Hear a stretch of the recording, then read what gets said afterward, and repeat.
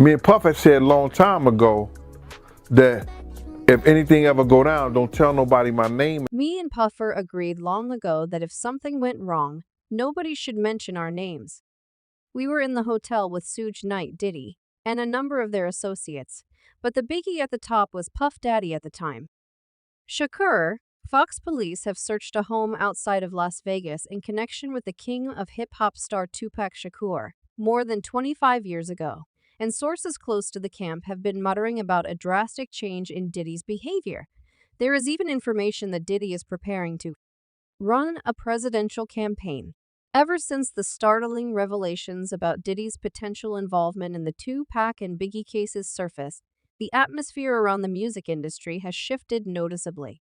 Welcome back to the Celeb Live channel, everyone. Let's jump right into the news, shall we? One insider who has been closely associated with Diddy for many years said that he used to be the life of the party, lighting up the room as soon as he walked in, but that now it seems like he's lost that spark because he's avoiding meetings, even the ones that have always been a priority for him. The source went on to share that he has narrowed down his circle of contacts and many have been unable to reach him for several days, which is an unprecedented phenomenon considering his usual outgoing nature and his fondness for conducting various business gatherings. Meanwhile, a friend who recently met Diddy shared, I've never seen him this way. Our conversations were always lively, filled with plans, visions, and the future of music. But the last time we spoke, he was distant, almost paranoid. His eyes kept darting around as if he was expecting someone to burst in at any moment. These accounts pieced together paint a picture of a man deeply troubled by the new evidence and accusations. And it's hard not to wonder if Diddy might be contemplating evading the spotlight entirely, so let's dive deeper into the intricate web that surrounds the infamous cases of Tupac and Biggie Smalls, and the possible connection to Scene Diddy comes like when we had got hit, we hit him up, I had to make the call of Biggie. I said we're not going to respond, somebody's going to get hurt. Stick. Let's go into further depth about the possibility that Tupac was slain by the person with whom they had an altercation earlier today. Comprehensive career, greatly acclaimed, the notorious B.I.G. and Eddie Smalls were arguably two of the most significant figures in hip-hop. Their influence on the music industry during the 1990s was unmatched. However, the mid-1990s were also notable for the infamous East Coast v. West Coast hip-hop rivalry. On the one hand, Pac, a New York-born artist, became a symbol of the West Coast scene after signing with Los Angeles-based Death Row Records. While Big was on the other side, I said to my friends at 662 that the South Side was up here. Everyone had guns, so we knew there would be a fight. The tension between the two coasts grew after Tupac claimed to have prior knowledge of a shooting and robbery incident in 1994 that left him seriously injured. His claim sparked a heated exchange of words between the two rap legends, who responded by releasing Hit 'Em Up and Who Shot Ya, respectively. Despite Biggie's claims that his track wasn't intended for Tupac, the animosity was evident when Tupac was killed.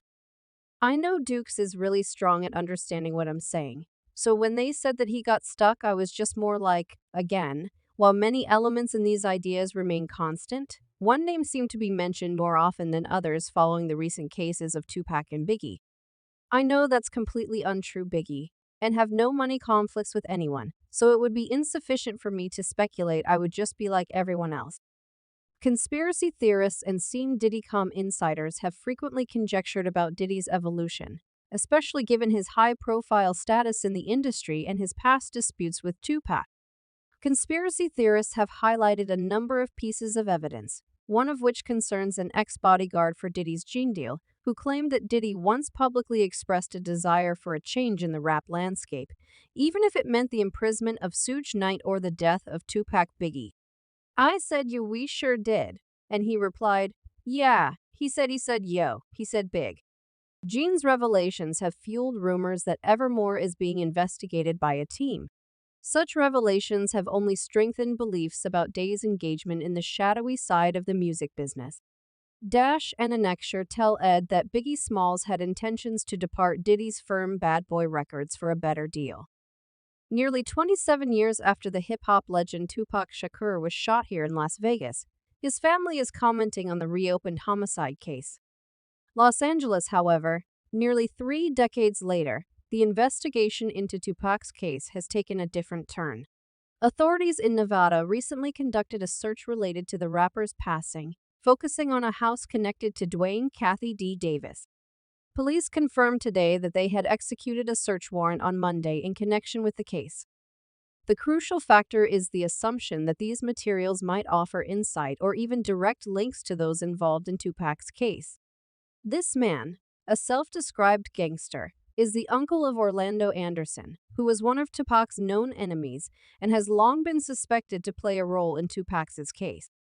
Although the specific evidence retrieved from this search has not been made public, insiders claim that numerous computers, documents, and even a memoir by Davis were among the items collected.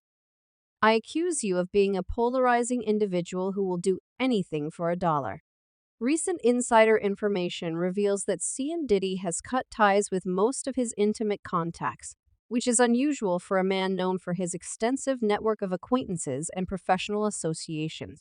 This information has intensified the intrigue around Diddy comms in recent days. The media's interest has not just been drawn to this odd seclusion. People who are close to the mogul have noticed a significant change in his demeanor. He has been described as looking scared and nervous.